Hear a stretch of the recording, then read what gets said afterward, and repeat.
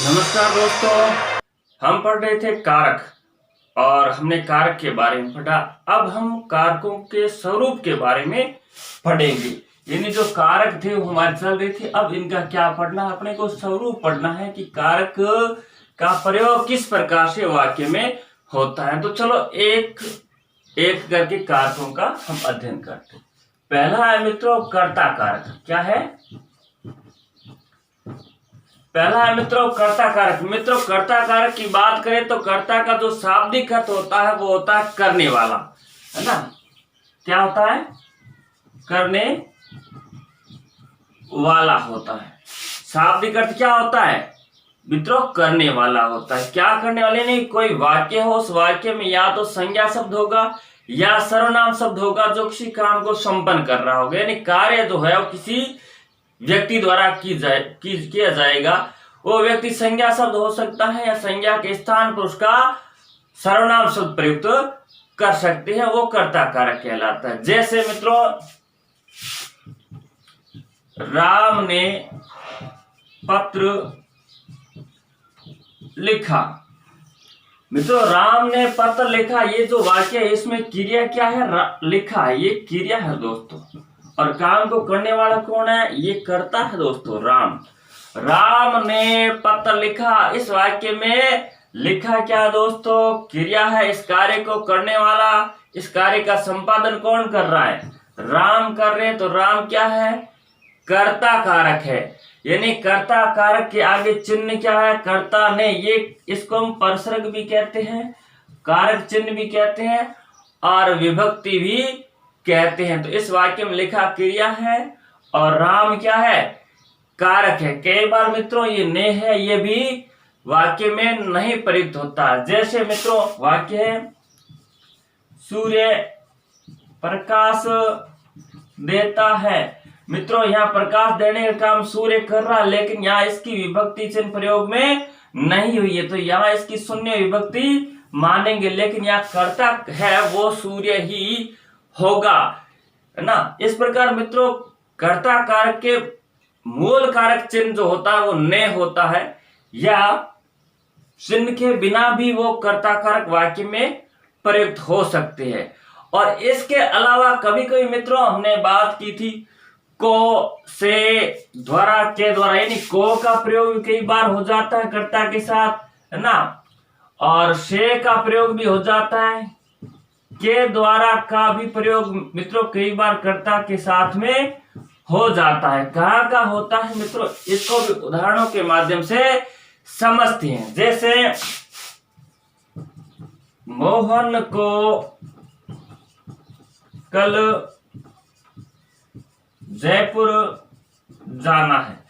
अब देखो मित्रों यहाँ क्या है कि जाने का काम मोहन को करना है, तो कर्म को नहीं होगा। यहाँ मोहन कर्म न होकर के क्या होगा? यहाँ मोहन काम को करने वाला है तो करता है। यानी कर्ता के साथ नो को विभक्ति का भी प्रयोग हो सकता है, लेकिन वे वाक्य देखना है कि कार्य करने वाला कौन है। जैसे मुझसे यह काम नहीं होता।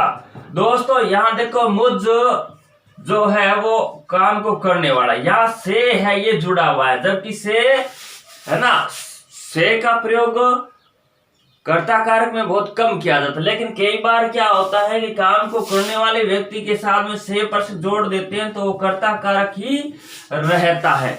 इसके अलावा देखो उसके द्वारा पत्र पढ़ा गया, तो के द्वारा भी जुड़ सकता है। उसके द्वारा, उसके द्वारा। देखो मित्रों उसके, ये मुझसे, है ना, उसके। तो देखो ये जो सर्वनाम शब्द है इसमें जो विभक्ति होती है से है, की है, ये साथ में जुड़ करके आती है, अलग नहीं होती है। जैसे अपने पढ़ते उसने अगर लिखोगे तो उसने साथ में लिखोगे, राम ने लिखोगे तो मित्रों ये राम ने अलग होगा। यानी सर्वनाम के साथ विभक्ति एक साथ जुड़ करके आती है, और अगर संज्ञा शब्द हो तो विभक्ति चिन्ह क्या है? अलग रहती है ना। तो इस प्रकार हम कह सकते हैं मित्रों को, से, के द्वारा ये जो प्रसर्ग है ये भी क्या है कि कर्ता कारक के साथ प्रयोग हो सकते हैं। और ये भी मित्रों ध्यान रखना है कि कहीं कहीं आपने देखा होगा कि विद्यार्थी क्या है कि उस ने को उस और ने को अलग लिख देते हैं, या राम और ने को साथ में लिख देते हैं, तो वो अशुद्ध होगा। हमेशा ध्यान रखो, सर्वनाम शब्दों के साथ कारक चिन्ह जुड़ करके प्रयुक्त होते हैं, और जब संज्ञा शब्द आए तो कारक चिन्ह अलग होगा और संज्ञा शब्द अलग होगा। देखो मित्रों, अगर कर्ता कारक की बात करें तो अलग अलग समय में जो क्रिया होती है, यानी सामान्य भूतकाल में हुई या पूर्ण भूत में हुई, संदिग्ध भूत है, हेतु हेतुमत भूत है, काल हम पढ़ेंगे, उनमें क्या है कि क्रिया सहकर्मक है तो कर्ता कारक के आगे ने का प्रयोग अवश्य होता है, अन्यथा प्रसर्ग शून्य होता है। यानी काम अगर पीछे हो चुका है तो प्रसर्ग जरूर लगेगा। जैसे मित्रों, राम ने अखबार पढ़ा, यानी राम ने अखबार पढ़ लिया, राम ने अखबार पढ़ा। ये देखो मित्रों, पढ़ा यानी काम हो चुका है, यानी अभी अभी काम खत्म हुआ, अखबार पढ़ा, तो राम ने, ये ने विभक्ति प्रयुक्त होगी दोस्त। राम ने पुस्तक पढ़ी है, तो मित्रों जहां है लगा हुआ आसन भूत होता है। जहां पढ़ा सिर्फ लिखा है वहां सामान्य भूत होगा दोस्तों। कौन सा होगा? सामान्य भूत काल होगा। राम ने अखबार पढ़ा, तो पढ़ा सामान्य भूत, पढ़ा है लग जाए तो मित्रों ये आसन भूत में चला जाएगा। और राम ने अखबार पढ़ा था, अगर था लगे मित्रों तो ये पूर्ण भूत हो जाएगा। और राम ने पुस्तक पढ़ी होगी, ऐसा हो तो वो क्लियर स्थिति नहीं है, पढ़ी है कि नहीं पढ़ी है, तो वो संदिग्ध भूत हो जाएगा, है ना। और राम ने पुस्तक पढ़ी होती तो अच्छे अंक प्राप्त करता, यानी यहाँ दो वाक्य है, एक कार्य और एक कारण। यानी अच्छे अंक कब प्राप्त करता? जब उसने पुस्तक पढ़ी होती तो यहाँ क्या हेतु है, तो यहाँ हेतु हेतुमंद भूत का वाक्य होगा। तो इन वाक्यों में क्या है कि ने प्रसर्ग जुड़ा हो, जैसे आशीष ने या राम ने पुस्तक पढ़ी है, मोहन ने पुस्तक पढ़ी थी, मोहन ने, है ना। गीता ने पुस्तक पढ़ी होगी, तो गीता ने, है ना। राम ने पुस्तक पढ़ी होती तो सफल होता, राम ने, यहां ने आ रहा है तो ये ने क्या है? प्रसर्ग है। और ये प्रसर्ग सामान्य भूत, है ना, आसन भूत, पूर्ण भूत, संदिग्ध भूत और हेतुमत भूत के वाक्य हो तो वहां ने प्रसर्ग का प्रयोग अवश्य होता है दोस्तों।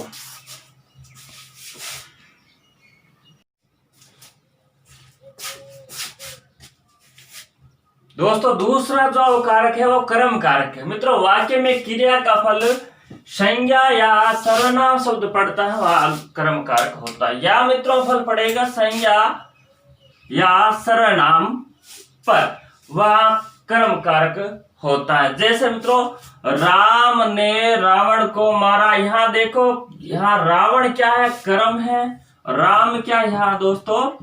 कर्ता कारक है। यहाँ रावण क्या है? कर्म कारक है, और राम क्या है? कर्ता कारक है। जैसे मित्रों, पुलिस ने चोर को पकड़ा। मित्रों यहाँ पकड़ने की क्रिया हुई है, क्रिया क्या हुई है? पकड़ने की, और पकड़ने का काम कर रही है पुलिस, तो ये पुलिस दोस्तों कर्ता कारक होगी। और किसको पकड़ा? चोर को, ये दोस्तों कर्म कारक हमारा होगा। यानी यहाँ पुलिस क्या है? कर्ता कारक है, चोर कर्म कारक है, यानी कर्ता कारक पुलिस और चोर कर्म कारक है।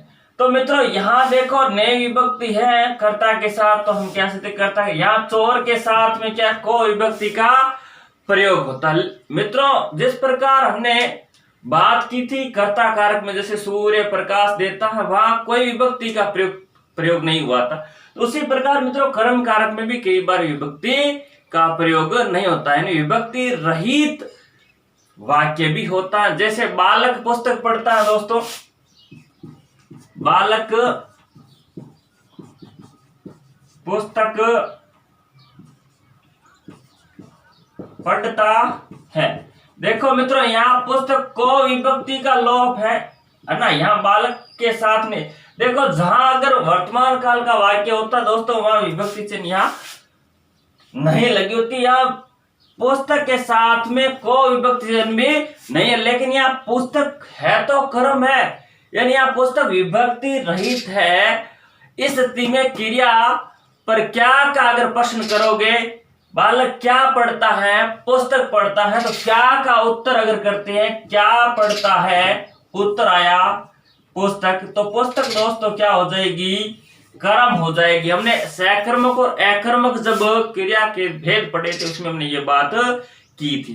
क्या पढ़ता है, पुस्तक पढ़ता है, कर्म कारक है ना। इस प्रकार क्या का प्रयोग करके भी आप कर्म कारक का पता कर सकते हो। तो कई जगह विभक्ति होती है दोस्तों, कई जगह विभक्ति नहीं होती है। देखो मित्रों, एक वाक्य और लेते हैं दोस्तों और समझते हैं कर्म कारक को थोड़ा सा विस्तृत रूप से। जैसे माँ बच्चे को दूध पिलाती है। दोस्तों ये वाक्य है, इस वाक्य में काम को करने वाला कौन है, माँ। ये माँ काम को करती है तो ये कर्ता कारक हो गया। काम क्या हो रहा है, पिलाने का, तो ये पिलाना क्या हो गई, क्रिया।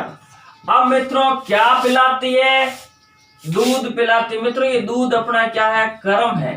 किसको पिलाती है, बच्चे को। मित्रों ये भी कर्म है। हमने बात की थी द्विकर्मक क्रिया की, तब हमने इसके बारे में बात की थी। यानी यहां दो क्रिया, एक क्रिया के साथ दूध और बच्चे, दो अगर कर्म जुड़े हो तो वह क्रिया जो होती है वो कौन सी होती है दोस्तों, द्विकर्मक क्रिया प्रयुक्त होती है।